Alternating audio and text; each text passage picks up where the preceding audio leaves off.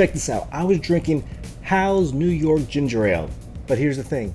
Who the is Hal? The label says he's a true New Yorker, but that's about it. No story, no real connection. It could have been John or Joe or whoever. And that's a missed opportunity because great branding is more than a product. It's a story that people can relate to. Now, let me show you why great storytelling makes a difference and how brands like KFC nailed it while Hal's kind of fizzled out. When I was drinking this, I was reading the label, expecting to learn a little bit more about Hal. Was he a legendary ginger ale maker? Was he the neighborhood character selling soda pop in the Bronx? Or was he some larger-than-life New Yorker with a great origin story? But nope, just a vague description that could fit anybody. They could have even tied it back to New York's roots, when the Dutch settlers founded New Amsterdam before it was called New York. Give me something to visualize, to remember and repeat the story. Now look at Colonel Sanders from KFC. Instantly recognizable, tied to a real person, and backed by a specific, authentic story. You're not just eating fried chicken, you're devouring the legacy. That white soup,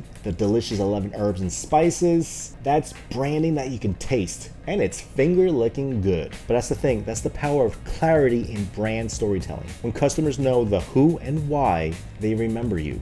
Without it, you're just another name on the shelf. Remember, brands earning trust are leaning into clarity, consistency, and human-centered storytelling. So if your brand has a story, make it clear, make it personal, just make it authentic, because the right story can turn a casual customer into a lifelong fan. Don't forget to like and follow and subscribe. If you have a project coming up and you need brand to take care of it, contact and let's talk.